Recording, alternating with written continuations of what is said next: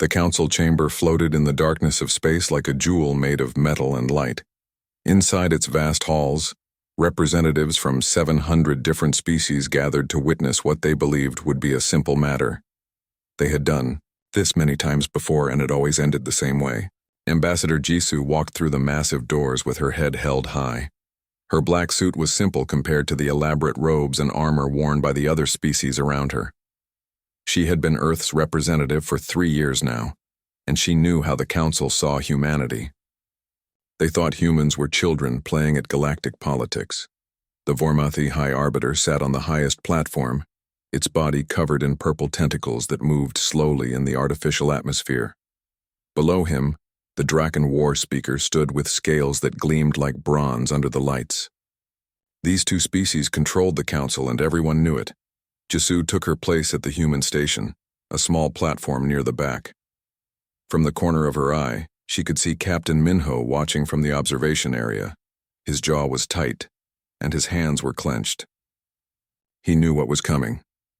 The High Arbiter's voice filled the chamber through translation devices. The Council calls Earth to answer for violations of territorial agreements. Human colonists have refused to leave System Kappa 7 despite clear instructions. Jisoo remained silent. She had read the files. The system had been legally claimed by human explorers 2 years ago. The Council simply decided they wanted it for themselves. For the next 4 hours, the Council presented their case.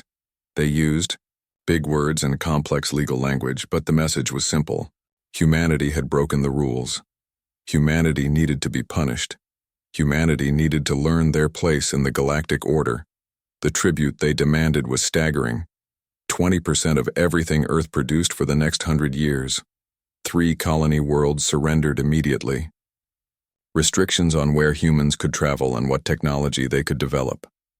These terms are generous, the war speaker announced, his voice like grinding stones. We could demand much more. We could take everything. But the Council is merciful to young species who make mistakes. In the observation area, Captain Minho felt his anger rising. Hyejin, the young communications officer beside him, whispered, "They can't be serious. This would destroy us." "They're completely serious," Minho replied quietly. "They've done this to 43 other species. It's how they keep control." Back in the chamber, the High Arbiter addressed Jisoo directly. "Does Earth understand these terms?" "I understand them perfectly," Jisoo said, her voice calm and clear. "Then you will accept?" "I need 48 hours to consult with my government." The chamber filled with sounds that might have been laughter from various species. The idea that humans thought they had a choice was amusing to them. "Very well," the High Arbiter said, with what sounded like condescension. 48 hours. But understand this, Ambassador. These terms are not negotiable. You will accept them, or we will take what we want by force. That is how the galaxy works. The strong make the rules. The weak follow them. Jisoo bowed slightly and left the chamber. Minho and Hyejin met her outside.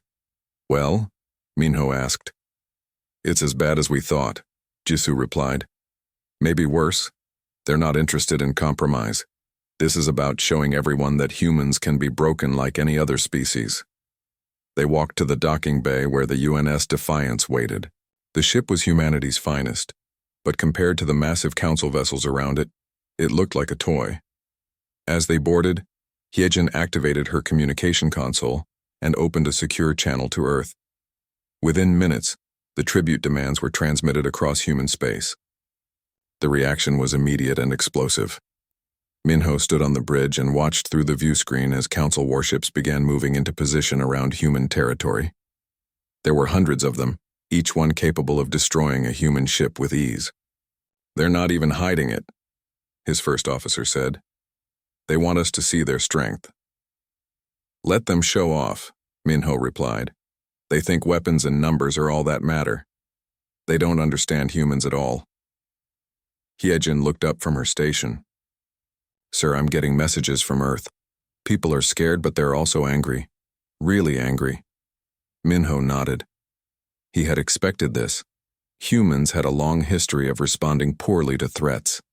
Tell a human they must do something, and their first instinct was to ask why.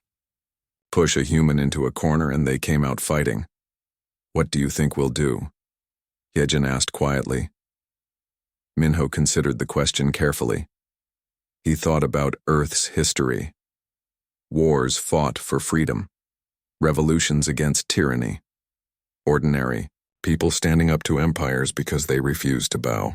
I think, he said slowly, that the Council is about to learn something important about humanity. We're not like the other species they've pushed around. We left Earth because we wanted to be free. We built colonies on dead worlds because we refused to accept limits. We've fought each other for thousands of years over the simple right to live as we choose. He turned to face Hyejin directly. The Council thinks this is like every other time they've demanded tribute. They think we'll calculate the odds, see their massive fleets, and surrender. But they're making a mistake. They're assuming we value survival above everything else. Don't we? Hyejin asked. No, Minho said firmly. We value freedom. We value dignity. We value the right to say no. Some humans will argue for surrender. Some will want to negotiate. But in the end, I know my species. When someone puts a gun to our head and demands we kneel, we're more likely to grab the gun. Over the next 2 days, the debate raged across human space. Every government, every colony, every settlement discussed the ultimatum. The arguments were fierce. Some people pointed out the obvious fact that the Council could destroy humanity completely. Their fleets were overwhelming. Their technology was superior. Fighting was suicide. But other voices spoke louder. They talked about what it meant to be human. They reminded everyone why their ancestors had left Earth in the first place. They asked a simple question. What was the point of surviving if you had to spend the next century as slaves? Slowly, a consensus formed. It wasn't based on military strategy or political calculation. It was based on something deeper, something the Council had never understood.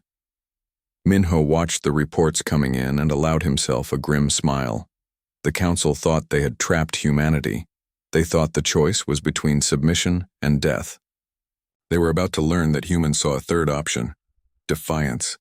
Deep beneath the city of Geneva, in a chamber built to survive anything short of a planet cracking, the United Earth government assembled for the most important session in human history.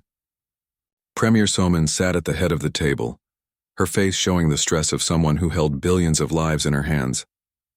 Around the table sat representatives from every major human settlement. Mars, Europa, Titan, and dozens of smaller colonies all had voices here. On the walls, screens showed similar meetings happening across human space. This decision would not be made by politicians alone. Dr. Junho stood to present his analysis. He was a military historian who had spent his entire career studying warfare and politics. His data was thorough and his conclusions were devastating. The Council's combined military strength is approximately 50 times greater than ours, he began, displaying charts and numbers. They have weapons we can barely understand. Their shields can withstand anything we can throw at them. Their ships are faster, stronger, and more numerous. He paused, letting the information sink in. If we fight, we will lose. That is not pessimism. That is mathematical certainty. Silence filled the room. Everyone had known this, but hearing it stated so clearly made it real. Admiral Daehyun stood next. He was an old soldier with scars from the colony wars, a man who had spent 40 years learning how to fight and win, but even he looked troubled. Dr. Junho is correct about a conventional war, he said. Ship to ship, fleet to fleet, we cannot win. But war is not just about ships and weapons. It's about will. It's about what you're willing to sacrifice. He activated another display, showing historical battles from Earth's past. Humans have lost many wars, but we've also won wars we should have lost. We've defeated empires with guerrilla tactics. We've made victories so expensive that the winners wish they had never fought. Premier Somin leaned forward. You're saying we can't win, but we can make them regret attacking us? I'm saying we can make them pay a price they never imagined, Daehyun replied. The Council has never fought a species willing to use total war. They're used to civilized conflicts with rules and limits. We can throw out every rule. We can turn every colony into a fortress. We can make them bleed for every meter of space. A representative from Mars colony stood. His name was Young-ho, and he spoke with passion. My grandparents died building the first dome on Mars. They didn't do that so their grandchildren could become slaves. They did it because they believed humans should be free to build their own future. He looked around the room. I've read about the tribute demands. 20% of everything we make for a century, our children and grandchildren working to make the council rich while we stay poor. Is that the future we want? Better than everyone dying, someone else argued. If we fight and lose, they might decide to exterminate us completely. At least with the tribute, we survive. Survive as what? Young-Ho shot back. As a warning to other species? As proof that the council can break anyone? That's not survival. That's just a slower death. The debate continued for hours. Some argued for accepting the tribute and working to change things slowly over time. Others wanted to negotiate for better terms. But a growing number were reaching a different conclusion. Commander Nari, head of special operations, spoke quietly, but everyone listened. I've spent 20 years training soldiers. I know what it takes to fight. But I also know what it takes to quit. And I'll tell you something about the human species. We're terrible at quitting. She stood and walked to the center of the room. Every species the council has dominated accepted their terms because they made a rational calculation. Survival versus death. Safety versus war. It makes sense to choose survival, but humans don't always make sense. We climb mountains that kill us. We explore places that destroy us. We fight for ideas that can't be measured in ships or credits. The council sees this as irrational. I see it as our greatest strength. Premier Soman had been listening carefully to everything. Now she spoke. Let me ask a different question. If we accept the tribute, if we bow to the council, what do we become? Not as a government or a military, but as a people? Dr. Junho answered thoughtfully. Historically, species that accept domination tend to lose their identity over time. They become part of the dominant culture. Within a few generations, they forget they were ever independent. So we're not just deciding whether to fight, Soman said. We're deciding whether humanity as we know it continues to exist. The room fell silent as everyone considered this. It wasn't about economics or military strategy anymore. It was about identity. Admiral Daehyun pulled up a new display. If we choose to fight, here's what I recommend. We don't defend fixed positions. We make them come to us. We turn our colonies into traps. We use hit-and-run tactics. We target their supply lines and support ships. We make this war so long and so bloody that even when they win, they lose. You keep saying when they win, someone pointed out. Not if. Because I'm a realist, Daehyun replied. We cannot destroy their fleet, but we can destroy their will to fight. That's how you beat a stronger enemy. You make victory taste like defeat. Messages were coming in from across human space. Town halls and assemblies everywhere were having the same discussion. And slowly a pattern emerged. The people were scared, but they were not willing to submit. On Mars, workers voted to continue building weapons instead of accepting the tribute. On Europa, miners volunteered to turn their stations into military bases. On Titan, families recorded messages saying they would rather die free than live as servants. Premier Soman read these messages aloud. Her voice cracked slightly as she read one from a mother of 3 children. I don't want my kids to die, but I also don't want them to grow up believing that might makes right. If we surrender now, what lesson does that teach them? That bullies always win? That freedom isn't worth fighting for? I can't accept that. Ambassador Jisoo had been quiet throughout the meeting. Now Soman asked her directly. You've been dealing with the council for 3 years. You know them better than anyone. What do you recommend? Jisoo stood slowly. The council expects us to be afraid. They expect us to calculate the odds and choose survival. Every species before us has done exactly that. And that's why the council keeps winning. She looked around the room. But what if we don't do what they expect? What if we simply tell them no? Not negotiate, not plead, just refuse. They'll attack, Dr. Junho said. Yes, Jisoo agreed. They will. And thousands of humans will die. Maybe millions. Maybe all of us. But the galaxy will see that at least one species refused to bow. At least one species said that some things are worth dying for. The vote was called. It wasn't even close. Out of 200 representatives, 187 voted to reject the tribute. The others abstained, unable to vote for what might mean the end of humanity, but also unable to vote for submission. As the meeting ended, Premier Somin sent a message to every human settlement. In 47 hours, Ambassador Jisoo will deliver our response to the council. We have chosen to remain free. Whatever comes next, we face it together. We are humanity. We do not kneel. Across human space, people watched the announcement. Some cried, some prayed, but most simply went back to work with a new determination. If war was coming, they would be ready. Not ready to win, but ready to show the galaxy what humans were made of. On the Defiance, Captain Minho received the decision and nodded. He had known what his species would choose. Now came the hard part, making that choice mean something. The council chamber was more crowded than anyone could remember. Word had spread across the galaxy that humanity was about to respond to the tribute demand. Most species expected the humans would try to negotiate. Some thought they might actually refuse, which would be entertaining before the inevitable surrender. Representatives from 700 species filled every available space. Some had come out of political interest. Others came for the spectacle. It had been 50 years since any species had seriously resisted the council, and that resistance had lasted less than a day. The Vormathi High Arbiter sat in his elevated position, tentacles moving in patterns that his species used to show satisfaction. Below him, the Draken War Speaker stood with his arms crossed, scales gleaming under the lights. They had already prepared the military response for when humanity accepted the terms.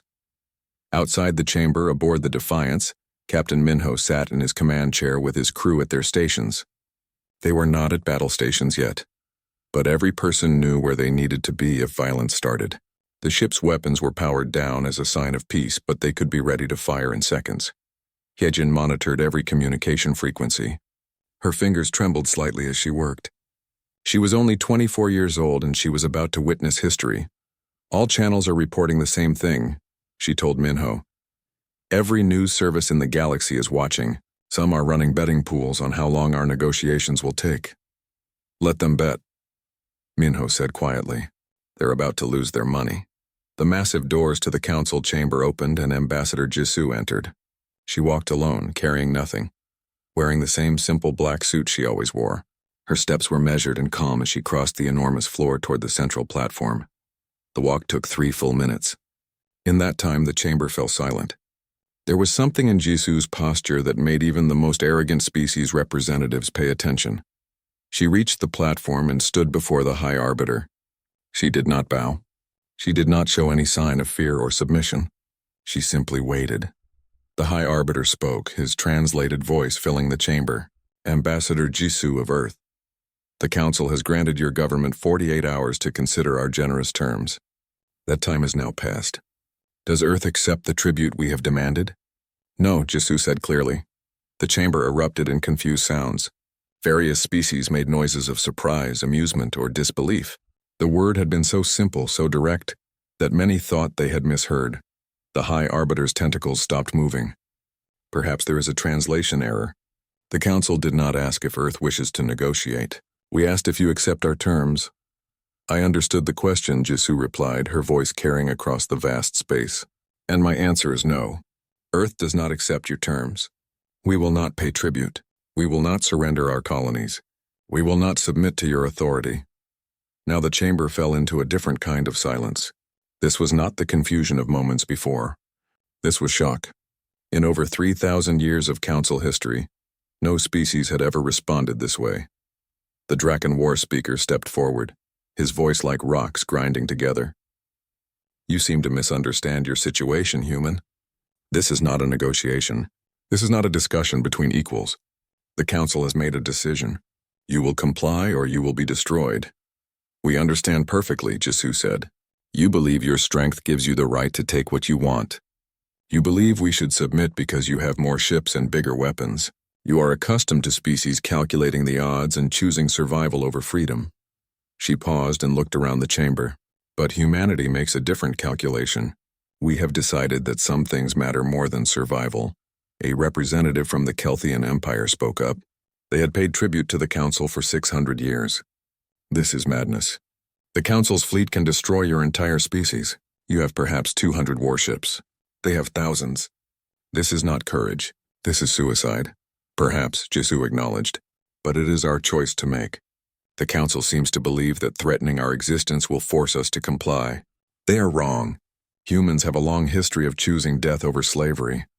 The High Arbiter's tentacles began moving rapidly. a sign of anger in his species. You speak of choice, but you have none.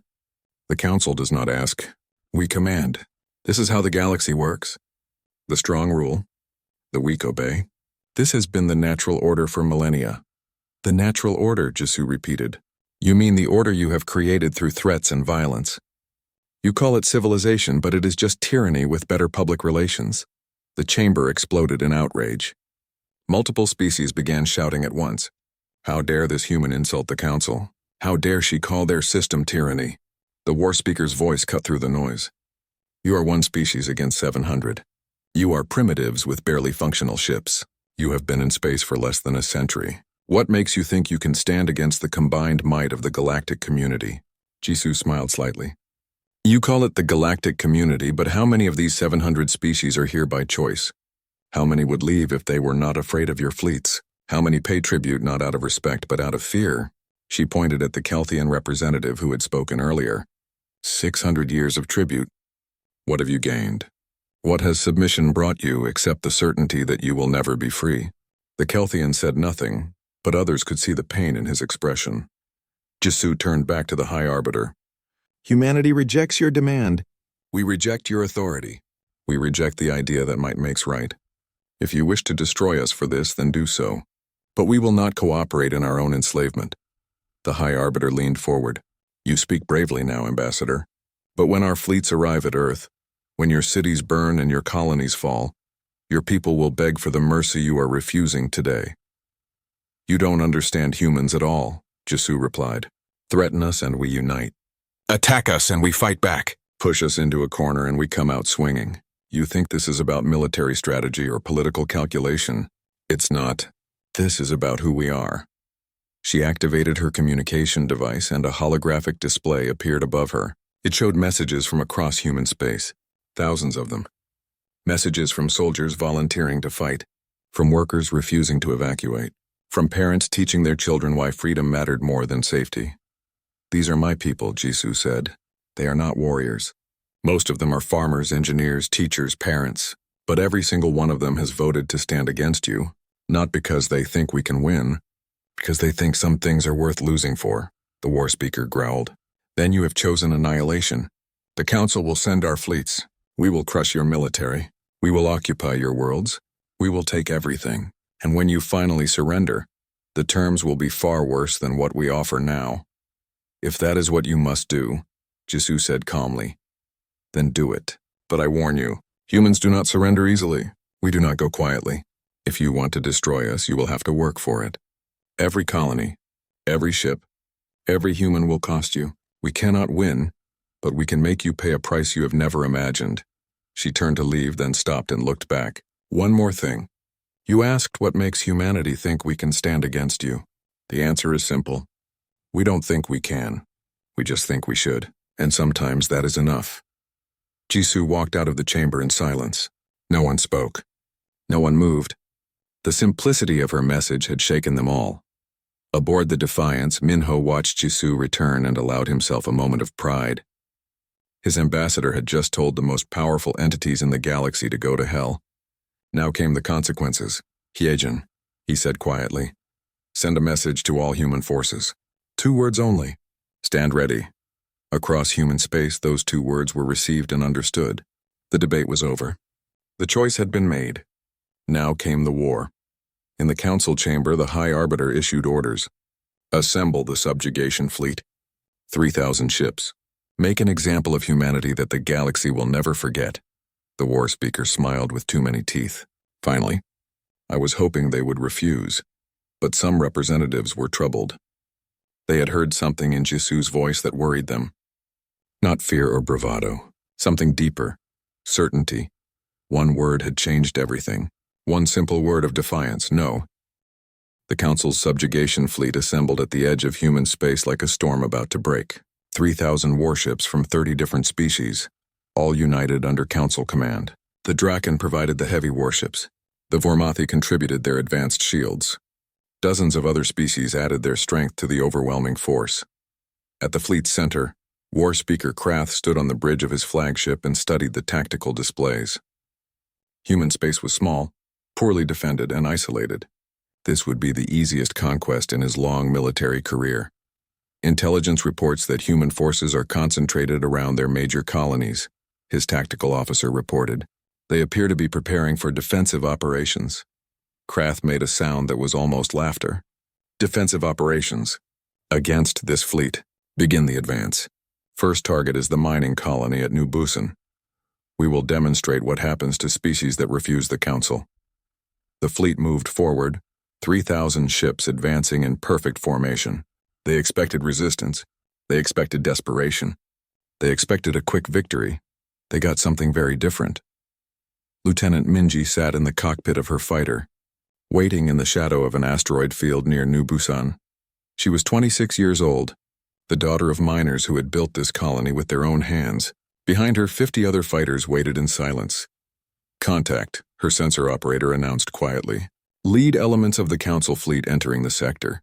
Count as 300 ships. Minji felt her heart racing but kept her voice steady. Hold position. Wait for them to commit. The council fleet advanced with confidence. Their sensors detected the human fighters but dismissed them as irrelevant. What could 50 small fighters do against 300 warships? They were about to find out. Now, Minji ordered. The fighters burst from the asteroid field at full speed. They were small, fast, and carried weapons that the council had never bothered to study properly.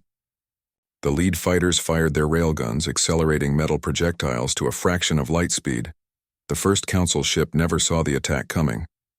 The projectile tore through its shields like they were paper and punched a hole through its core. The ship exploded in brilliant light. Before the council fleet could respond, 20 more ships died the same way. The fighters were too small and too fast for the heavy weapons to track. By the time the council ships tried to pursue, the fighters had vanished back into the asteroid field. What just happened? Krath demanded as reports flooded in. Unknown weapons, sir. Kinetic projectiles at extreme velocity. Our shields were ineffective.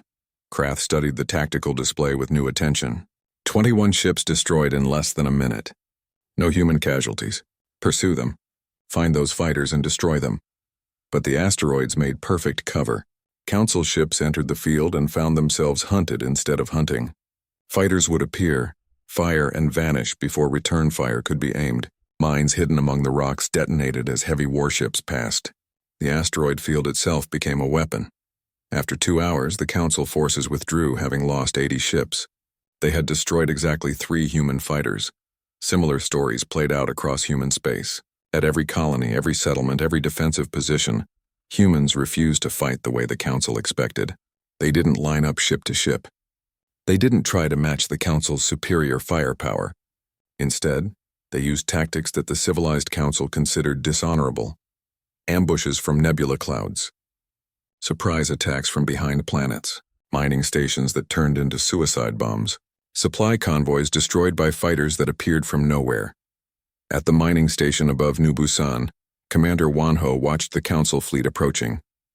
He had 200 miners with him, most of them civilians who had volunteered to stay behind. The station had no weapons, no shields, no defense worth mentioning. Power up the engines, he ordered. Sir? His second-in-command asked in confusion. You heard me. Full power to the main engines. And evacuate everyone to the escape pods. Understanding dawned. You're going to ram them. This station weighs 100,000 tons, Wanho said calmly. At full acceleration, we become a missile. Get our people out. I'll handle the steering. The escape pods launched as the council fleet closed in. They expected the station to surrender or be destroyed. Instead, it accelerated directly toward their formation. Wanho aimed for the largest Draken heavy cruiser. The council ships tried to destroy the station, but it was already moving too fast. Their weapons tore chunks from it, but they couldn't stop its momentum. The station hit the cruiser at thousands of kilometers per hour. Both exploded in a fireball visible from the planet below. The debris scattered in all directions, damaging 6 other council ships. The message reached every human force. Commander Wanho was dead, but he had taken 7 enemy ships with him. Engineer Seojin worked frantically in the shipyards orbiting Mars.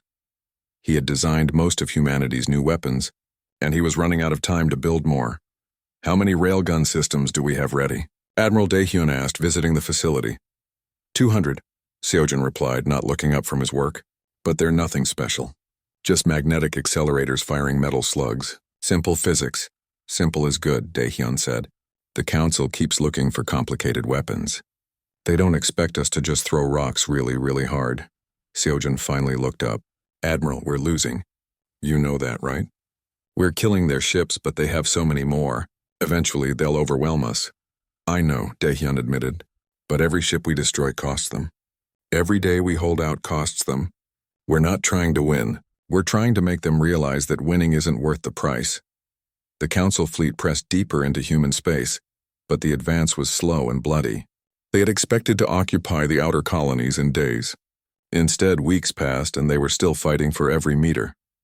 Krath watched his casualty reports with growing frustration. 3,000 ships had become 2,200. Every victory cost dozens of vessels. The humans were not fighting with honor or following any rules of warfare. They fought with pure desperation. They're targeting our supply ships, his logistics officer reported. 15 more destroyed today. We're running low on fuel and ammunition. How?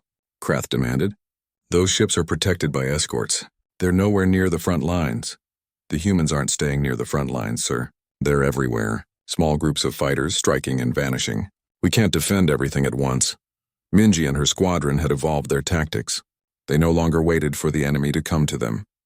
They hunted supply convoys deep behind enemy lines. They sabotaged repair stations. They made the Council afraid to split their forces. Contact, her sensor operator called. Supply convoy, 20 ships, 10 escorts. Standard approach, Minji ordered. Hit the escorts first, then the supply ships. In and out before reinforcements arrive. The attack was brutal and efficient. The escorts died before they knew they were under attack. The supply ships, unarmed and defenseless, were destroyed within minutes. Minji's squadron vanished before Council reinforcements could respond. They had perfected the art of guerrilla warfare in space. But the Council fleet kept coming. Slowly, inevitably, they pushed deeper. Human forces could not hold any position for long. They would fight, inflict casualties, and then retreat to fight again elsewhere. Colony after colony went dark as the Council advanced. But each colony cost them dearly. Humans refused to be conquered easily. Admiral Daehyun stood in the command center on Mars and watched the tactical display. The Council fleet was heading toward the Sol system now, toward Earth itself. Phase 1 is complete, he announced to his staff. We've bloodied them. We've shown them we can fight. Now comes Phase 2. What's Phase 2? Someone asked. Daehyun smiled grimly. We show them that taking Earth is even more expensive than taking the colonies. Activate the defensive grid, bring every ship we have to Seoul, and send a message to the Kuiper Belt shipyards. It's time to reveal what we've been building. The trap was set. The Council believed they had won. They believed they had broken human resistance. They were about to learn that the real war was just beginning. Minji received orders to fall back to Seoul and felt relief mixed with determination. She had lost half her squadron, but they had destroyed hundreds of enemy ships. Now came the final battle. As she flew toward Earth, she thought about what her father had once told her. Sometimes the only way to win is to make the other side wish they had never fought at all. Humanity was about to teach the Council the true meaning of that lesson. War Speaker Krath stood on the bridge of his flagship and stared at the tactical display showing the Sol system. Earth floated there, blue and beautiful and defenseless. His fleet had been reduced to 1,500 ships, but that was still more than enough to crush the remaining human forces. 3 weeks of fighting, he said to his officers. 3 weeks to travel through space that should have taken 3 days. But we are here now, and humanity's defiance ends today. The fleet had paid a terrible price. Over 1,500 ships destroyed, tens of thousands of soldiers dead, supply lines stretched to breaking. The humans had fought like demons using tactics that civilized species would never consider, but it was over now. The human fleet was scattered and broken. Their colonies were occupied or destroyed. All that remained was Earth itself. Begin the advance, Krath ordered, but proceed carefully. The humans have surprised us before. I do not want to be surprised again. The Council fleet moved into the Sol system and immediately realized something was wrong. The entire system had been transformed into a weapon. Asteroids that should have been in the belt were missing. Then sensors detected them, repositioned along the fleet's approach vector, turned into stationary weapons platforms. Each one bristled with railguns and missiles. Evasive action, Krath ordered, but it was too late. The asteroids opened fire, hundreds of them. each one launching kinetic projectiles at incredible speeds. The Council fleet's shields, designed to stop energy weapons, provided minimal protection against solid metal traveling at relativistic speeds. 50 ships died in the first volley. 100 more were damaged. Return fire, Krath commanded. Destroy those platforms. But destroying an asteroid was not simple. They were huge, irregular, and difficult to target.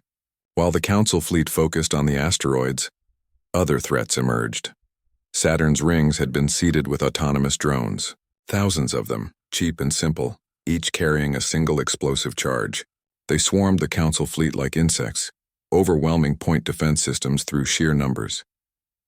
Jupiter's massive gravity well had been turned into a weapon. Human ships, heavily damaged and no longer capable of combat, had been placed in carefully calculated orbits. As the Council fleet passed, these hulks were released, falling toward the enemy with the full force of Jupiter's gravity behind them. Mars was not a colony anymore. It was a fortress. Every factory, every dome, every settlement had been converted to military production. Surface-to-space railguns fired continuously, filling nearby space with deadly projectiles. Admiral Daehyun watched from the command center buried deep beneath Mars. The tactical display showed the Council fleet taking heavy losses, but they were still advancing. There were too many of them. Even with all of humanity's preparations, the numbers did not lie. Time to reveal the final surprise, he said quietly. Activate the Kuiper Belt facilities. Hidden in the darkness beyond Neptune, 6 massive shipyards came online. They had been built in secret over the last 2 years, using automated construction techniques pioneered by human industry. They had been building ships. Not advanced ships, not powerful ships. Just ships, hundreds of them. Simple frigates, barely more than engines with weapons attached. Each one controlled by basic artificial intelligence. No human crews to risk. No complex systems to maintain. Just cheap, mass-produced killing machines. They emerged from the Kuiper Belt like a swarm, overwhelming the Council's sensors with sheer numbers. Krath watched his tactical display with growing horror as hundreds of new contacts appeared. Where did these come from? Intelligence said the humans had no major shipyards. They lied, sir, his tactical officer replied unnecessarily. Or we missed them. Either way, we have a problem. The automated frigates attacked with suicidal precision. They did not dodge or maneuver. They simply accelerated toward the nearest Council ship and fired everything they had. Many died without accomplishing anything. But there were so many of them that it did not matter. The Council's technological advantage meant nothing against a swarm. Their superior shields could not protect against hundreds of simultaneous attacks. Their advanced weapons could only kill one target at a time. Lieutenant Minji led her surviving squadron in another attack run. She had been fighting for weeks now, barely sleeping, living on stimulants and pure determination. Her fighter was held together with repairs upon repairs. Target the command ship, she ordered her squadron. If we're going down, we take their leader with us. They dove toward Krath's flagship, dodging through a forest of defensive fire. Half her squadron died before they got close, but Minji and 4 others made it through. She armed her final missile, aimed at the flagship's bridge and fired. The missile streaked through space and detonated against the flagship's shields. The shields held but flickered dangerously. 3 more missiles hit the same spot. The shields collapsed. The 5th missile, fired by a pilot named Taehyung who was already dying, struck the bridge directly. The explosion tore through the command center. Krath had just enough time to realize what was happening before fire consumed him. Aboard the Defiance, Captain Minho executed the final phase of humanity's desperate plan. His ship was heavily damaged, engines barely functional, weapons nearly depleted, but he still had one option left. All crew to escape pods, he ordered. We're going to ram their new flagship, his first officer protested. Sir, we can still fight from here. Negative, Minho replied. This ship is dead either way, but we can take one more enemy with us. That's an order. Everyone out except essential navigation. The crew evacuated. Minho sat alone on the bridge with just his navigation officer, Hyejin, who had refused to leave. You should go, he told her gently. No, sir, she replied. Someone needs to help you steer. They aimed the Defiance at the new Council flagship and accelerated. Council ships tried to intercept, but the automated frigates swarmed them, creating chaos. The Defiance was not trying to destroy the flagship. That would be impossible. Instead, Minho had loaded the ship's data cores with something more dangerous than weapons. Information. The ship struck the flagship's hull and magnetic grapples deployed, locking the two vessels together. Then Minho activated the data transmission. Every battle, every sacrifice, every human who had died rather than submit. All of it broadcast across every frequency to every ship in both fleets, to every corner of the galaxy, and with it came a message from Premier Soman herself, recorded days ago in preparation for this moment. "We are humanity," her voice echoed across the void. "We do not yield. We do not break. You came to our home with your fleets and your threats. You believed your numbers would crush us. You were wrong." The footage showed the battle for Sol. It showed human fighters ramming enemy ships when their weapons ran dry. It showed civilians volunteering for suicide missions. It showed children recording farewell messages to families they would never see again. "You can destroy us," Soman continued. "You have the power. But ask yourself what you will have won. We have killed 4,000 of your ships. We have made you bleed for every meter of space. And we will never stop fighting. Never stop resisting. Never stop making you pay." The transmission reached the Council fleet, and suddenly questions began to spread. How many more would die to conquer one species? What was the point of this war? Why were they fighting? More importantly, the transmission reached the galaxy. 700 species watched as humanity fought to the last ship, the last soldier, the last human. They saw the Council's overwhelming might. They saw the terrible price both sides had paid, and they began to question. In the Council chamber, far from the battle, the Vormathi High Arbiter received reports of the carnage at Sol. 4,000 ships lost, twice that many damaged, supply lines broken, and humanity still fighting. "Enough," he said finally. "Order the fleet to withdraw." His advisors protested. "We can still win. We have superior numbers. At what cost?" The Arbiter replied. "Another 1,000 ships? 2,000? And what do we gain? A dead species and proof that the Council's power is not absolute. The entire galaxy is watching. If we continue, we show weakness, not strength." The retreat order was issued. The Council fleet pulled back from Sol, leaving behind wreckage and bodies and the proof that humanity could not be easily broken. Aboard what remained of the Defiance, Minho and Hyejin watched the enemy fleet withdraw. They had survived, barely. Around them floated the debris of hundreds of ships, human and Council both.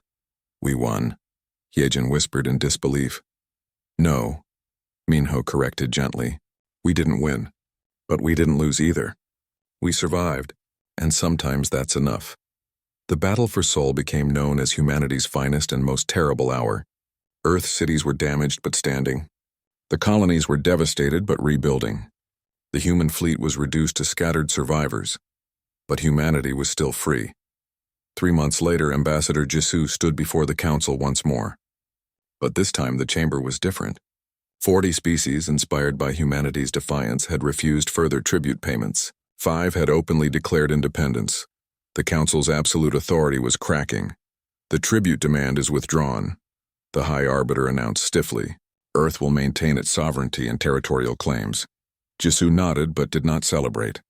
She had seen the casualty reports. 3 million humans dead,